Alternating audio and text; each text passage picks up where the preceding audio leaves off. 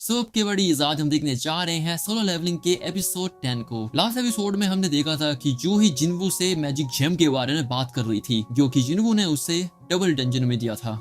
इस वाले एपिसोड की स्टार्टिंग होती है जूही और जिन्वू से ही। जूही जिन्वू से कहती है, तुम बहुत बदल चुके हो जिन्वू, लेकिन मैं अभी भी वैसे ही हूँ जैसा तुमने मुझे लास्ट टाइम देखा था। जिन्वू बताता है कि पिछले कुछ दिनों में उसके साथ बहुत कुछ हुआ। वैसे भी सभी लोगों को अपने अपने एक्सपीरियंसेस से अलग अलग बेनिफिट्स मिलते हैं। जूही भी कहती है, हाँ तुमने सही कहा जिन्वू, मुझे देख लो, मैं एक हंटर हूँ, लेकिन मैं फिर भी बहुत डरपोक हूँ। हालांकि मैंने इस चीज से बाहर निकलने का ट्राई करा, लेकिन मैं तब भी इस चीज से बाहर नहीं निकल पाई। देखा जाए तो मुझे बी या ए रैंक के मिशन पे जाना चाहिए, लेकिन तब भी मैं डी या ई रैंक के मिशन चुनती हूँ, और इसीलिए मैं तुमसे भी मिल पाई। अगर देखे तो मैं तुमको हमेशा हील करते आई हूँ। जब भी हम मिशन में जाते थे तब मैं तुम्हें हील करा करती थी, लेकिन तब भी तुम बच जाते थे, और वो सारी चीजें मैं भूल नहीं सकती कभी भी। तुम्हें याद है हमने एक साथ डिनर करने का भी प्लान करा था। इसके बाद वो जिन्वू को वही मैजिक जेम दे रही होती है, और उस जेम को देते हुए वो जिन्वू से कहती है, अब मैंने रिटायर होने का प्लान किया है। मैंने फाइनली डिसाइड कर लिया है कि अब मुझे रिटायर होना है, और अब मैं वापस अपने होम टाउन जा रही हूँ। वैसे अगर तुम आज अभी आओ तो मुझे जरूर बताना, हम दोनों साथ में घूमेंगे। इस पर जिन्वू भी कहता है,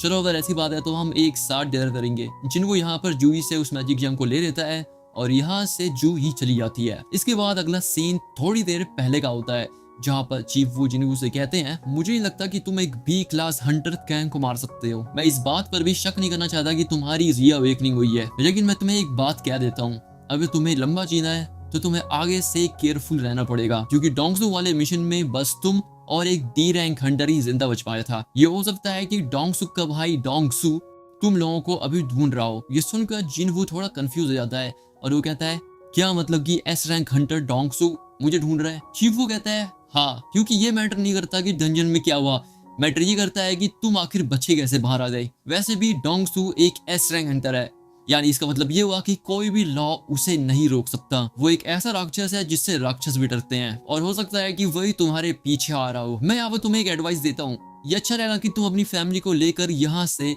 बहुत दूर चले जाओ। एक काम करो, इस कंट्री को ही छोड़ दो। इसके बाद सीन प्रेजेंट में आता है, और जिन्वू अपने आप को कहता है, अब मेरे पास स्ट्रांग बनने का एक और रीजन है। इसके बाद अगले सीन में युनहो ने जिन्वू को एक गैदरिंग में बुला रखा है। युनहो बताता है, ये सारे लोग हमारे टीम के मेंबर्स हैं। मैंने यहाँ पर ऐसे हंटर्स को बुला रखा है जो कि किसी न किसी रीजन की वजह से काम नहीं करते। खासकर उन लोगों को मैंने ऊपर रखा है जो कि गरीब हैं। जिन्हो इन सबको देखकर कहता है, क्या तुमने सच में इन जैसे लोगों को हायर करा है? लेकिन जिन्हो यहाँ पर अपने फैसले में बहुत ज्यादा कॉन्फिडेंट है, और वो जिन्वू से कहता है, हमें वैसे भी 8 लोगों की जरूरत पड़ने वाली है एक सी रैंक मिशन के अंदर। तभी जिन्वू उससे कहता है, यहाँ पर बच्चे क्या कर रहे हैं? जिन्वू को बताता है, मिशंस के अंदर माइनर्स भी पार्टिसिपेट कर सकते हैं। तभी यहाँ पर ये लड़कियां जाती है, और वो जिन्वू से कहती है, तुम तो बहुत रूड हो रहे हो, मैं एक रियल हंटर हूँ। जिन्वू से कहता है, तुम तो एक हाई स्कूलर हो, तुम अपने मिशन पे कब गई थी, ये जरा बताना मुझे। वो लड़की उसे बताती है कि वो अभी तक एक भी मिशन में नहीं गई है। तभी जिन्वू से कहता है, तो तुम एक ई रैंक हंटर हो ना? वो लड़की कहती है,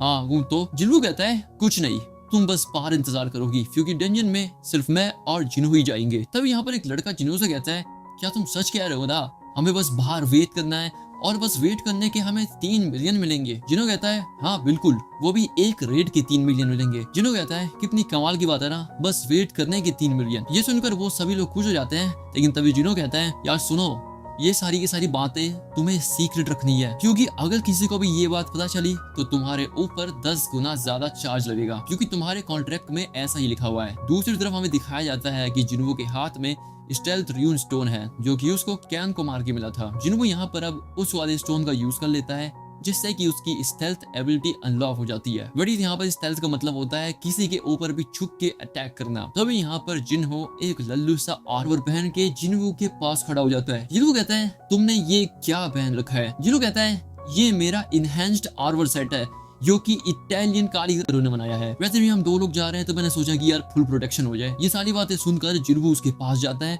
और उसको बस एक उंगली से गिरा देता है। इसके बाद वो जिन्हो से कहता है, अगर तुम मेरी एडवाइस मानो तो इसको अभी के अभी उतार के रख दो। जिन्हो भी जिन्वू की बात मान जाता है। इसके बाद वो दोनों डंजन के अंदर जाने के तैयार हो जाते हैं, लेकिन जिन्हो ने अभी भी उस हेलमेट को नहीं उतारा है। जिन्वू कहता है, चलो ठीक है यार, अब जल्दी अंदर चलो मेरे साथ। दूसरी तरफ इन दोनों को देखकर एक पियक्कड़ कहता है, एक ई रैंक का हंटर और एक डी रैंक का हंटर, ये दोनों अपने आप को सोचते क्या है? इन्हें क्या लगता है कि ये दोनों एक सी रैंक के डंजन में सरवाइव कर जाएंगे? खैर मुझे क्या, भाड़ में जाए। इसके बाद अगला सीन जिन्हा की क्लास का होता है। यहाँ पर जिन्हा ये बात नोटिस करती है कि आज उसकी दोस्त सॉन्गी ने क्लास ही अटेंड नहीं करी। वेल जीना की दोस्त वही है जो कि हमें थोड़ी देर पहले दिखाई गई थी। इसके बाद मेरे पास सीन इन होगा होता है, यहाँ पर ये सभी बात कर रहे होते हैं कि इन दोनों को गए हुए अभी 1 घंटा बीत चुका है। वैसे भी रेगुलर टीम्स को बस 2 घंटे लगते हैं ऐसे वाले मिशन में। तभी वो देखते हैं कि डंजन में से जिन्हो भागते हुए बाहर आ रहा होता है। उसको देखकर ये सभी शॉक हो जाते हैं कि आखिर ये बच के बाहर कैसे आ गया। जिन्हो के बाद बाहर आता है जिन्वो, जिसके बाद वो गेट क्लोज होने लगता है। इसका मतलब ये है कि जिन्हो ने डंजन बॉस को हरा दिया है। इसके बाद जिन्हो से कहता है तो अब बताओ अगला डंजन कहाँ पर है। जिन्हो कहता है बस यहाँ से 1 घंटे का रास्ता है दूसरे डंजन के लिए। जिसके बाद जिन्हो सबसे कहता है चलो चलो अपना सवाल उठाओ, हमें आज 3 रेड्स पे जाना है। इसका मतलब ये है कि तुम्हें बैठे बिठाए 9 मिलियन मिलेंगे। अब यहाँ पर ये चीज देखने के बाद ये सभी लोग बहुत ज्यादा शौक है। वो सोचते हैं कि जिन्वो ने अकेले कैसे कर दिया ये सब कुछ। इसके बाद अगले सीन में जिन्वो एक गॉब्लिन डंजन में होता है जहां पर वो इन सभी के सभी पित्ती गॉब्लिन्स को एक झटके में उड़ा देता है। जिन्वो यहाँ पर उन गॉब्लिन्स को ऐसे हरा रहा है जैसे कि उसके लिए ये कुछ हुई ना। इसके बाद यहाँ पर जिन्वो बिना कोई खास एफर्ट्स लगाए गॉब्लिन बॉस को भी मार देता है। इसी के साथ यहाँ पर जिन्वो का लेवल अप भी हो जाता है। इसके बाद अगला सीन अगले दिन का होता है। यहाँ पर जिन्वो अपने घर से काम पे निकलता है, जिसे देखकर जिन्हा शॉक हो जाती है। वो जिन्वो से कहती है तुम आज भी काम पे जा रहे हो। जिन्वो कहता है हाँ, और याद से गेट बंद कर लेना। इसके बाद अगले सीन में ये दोनों डंजन में होते हैं जहाँ पर जिन्हो भाग रहा होता है और जो बॉस जिन्हो के पीछे भाग रहा होता है जिन्हो उस बॉस को मार के अपना लेवल अप कर लेता है। इसके बाद ये दोनों एक के बाद एक डंजन में जाते रहते हैं जिससे जिन्हो का लेवल अप भी होता रहता है। इसी बीच एक डंजन के अंदर जिन्हो अपनी स्टेल्थ एबिलिटी का भी यूज करता है, जिसे देखकर जिन्हो शॉक हो जाता है और वो सोचता है जिन्हो बहुत ज्यादा स्ट्रॉन्ग हो चुका है तब से लेकर अभी तक। यहाँ पर जिन्हो खुद से कहता है स्टेल्थ एबिलिटी जैसे मुझे मिली मुझे वो तरीका अच्छा नहीं लगा, लेकिन यह एबिलिटी है बड़ी कमाल की। इसके बाद जैसे ही जिन्हो सभी बीस्ट को मार देता है जिन्हो से कहता है मैंने यहाँ पर जितने भी क्रिस्टल थे सारे जमा कर लिए हैं, इसीलिए अब तुम थोड़ा सा रेस्ट कर सकते हो। जिन्हो कहता है ठीक है। जिन्हो अब यहाँ पर अपने सिस्टम को चेक करता है। उसके बाद सिस्टम उसे बताता है कि जिन्हो ने बहुत सारी एबिलिटीज को अनलॉक कर लिया है, लेकिन यहाँ पर उसके पास ये एबिलिटीज बस लिमिटेड टाइम के लिए ही रहती हैं क्योंकि उसके पास अभी इनफ एमपी नहीं है। एमपी का मतलब माना पावर। जिन्हो यहाँ पर खुद से ये भी कहता है कि अब समय आ गया है कि उसको अपनी इंटेलिजेंस भी बढ़ानी होगी और यहाँ पर ये सारी चीजें करने के बाद वो सीधा डीमन कैसल में जाएगा, या फिर शायद नहीं, क्योंकि जो अभी उसकी स्ट्रेंथ है वो बी रैंक हंटर से ऊपर है और ए रैंक हंटर से नीचे। तभी यहाँ पर उसका सिस्टम उसे एक जॉब चेंज का क्वेस्ट देता है। अगला सीन व्हाइट टाइगर गिल्ड का होता है। यहाँ पर एक बंदा अपने चीफ को रिपोर्ट देते हुए कहता है ये एक बीटिंग डॉक्यूमेंट है, वो भी सी रैंक गेट्स के लिए, जहाँ पर उसे पता लगता है कि किसी ने 150 मिलियन दिए हैं सी रैंक गेट को जीतने के लिए। इसी के साथ वो आदमी बताता है एक ऐसी रेड टीम है जो कि दुगनी बीटिंग कर रही है, वो भी सी रैंक गेट्स के लिए। रिपोर्ट देखकर यहाँ पर चीफ बोलता है इन सारे रेड मिशन का कैप्टन है जिन्हो, कभी इसका नाम मैंने सुना नहीं आज तक। इस पर याद बताता है ये यूजिन कंस्ट्रक्शन के मालिक का दूसरा बेटा है। इस पर चीफ बोलता है यूजिन कंस्ट्रक्शन, ऐसे तो ये लड़का अपनी कंपनी का बहुत बड़ा लॉस करवा देगा। भले ही ये लड़का मजाक कर रहा हो लेकिन ये बहुत बड़ी बात हो चुकी है अभी। इसके बाद ये चीफ जिन्हो का नाम देखता है और उसे पता लगता है कि जिन्हो एक ई रैंक हंटर है। जिन्हो का नाम सुनने के बाद उसे याद आता है कि ये लड़का तो डबल डंजन वाले हादसे में भी था। इसका मतलब यहाँ पर कुछ तो गड़बड़ है। अगले सीन में जिन्हो और जिन्हो फिर से एक रेड से वापस आ रहे होते हैं। जिन्हो जैसी बाहर आता है वो नोटिस करता है कि उसको सॉन्गी घूर रही होती है। जिन्हो उसे कहता है तुम्हें क्या हुआ। सॉन्गी यहाँ पर ब्लश करते हुए कहती है कुछ नहीं। इसके बाद अगले सीन में ये आदमी और इसका चीफ कहीं जा रहे होते हैं।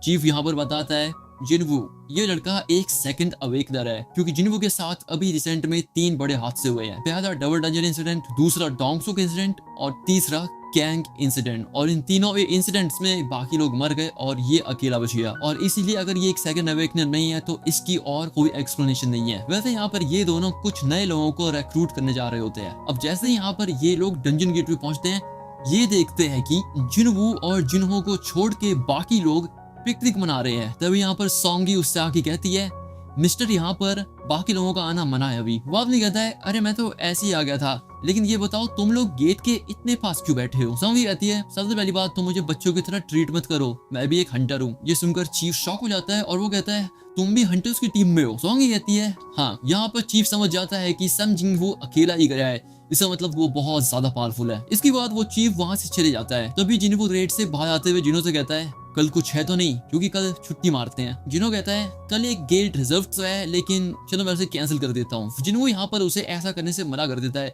क्योंकि ये चीज करना पैसों की बर्बादी ही होगी। जिन्हों कहता है मैं उस गेट को 2 दिन तक रख सकता हूँ। जिन्हों कहता है अगर ऐसी बात है तो अभी के अभी चलते हैं। यहाँ पर हमें पता चलता है कि इन दोनों की बातें छुप कर कोई सुन रहा होता है। अगले सीन में दिखाया जाता है कि जॉय एक बुरा सपना देखकर नींद से जाग जाता है। तभी वो यहाँ पर एक डॉक्यूमेंट उठाते हुए कहता है अब ये चीज करने का समय आ गया है। अगला सीन रात का होता है जहाँ पर जिन्वो और जिन्वो की सारी रेड कंप्लीट हो चुकी है। सबके चले जाने के बाद जिन्वो के पास चीफ आता है। चीफ जिन्वो के पास जाता है और वो उससे कहता है मुझे आपसे मिलकर अच्छा लगा मिस्टर संग जिन्वो। मैं हूँ व्हाइट टाइगर गिल्ड से सैंग मिन, और क्या अभी हम कुछ बातें कर सकते हैं। इसके बाद वो चीफ और जिन्वो एक कैफे में जाते हैं। चीफ जिन्वो को बताता है कि हमारा व्हाइट टाइगर गिल्ड इस पूरी कंट्री का one of the best guild है, इसीलिए हम लोग हमेशा कमाल के लोगों को ढूंढते ही रहते हैं। मैं यहाँ पर सीधा काम की बात पे आता हूँ।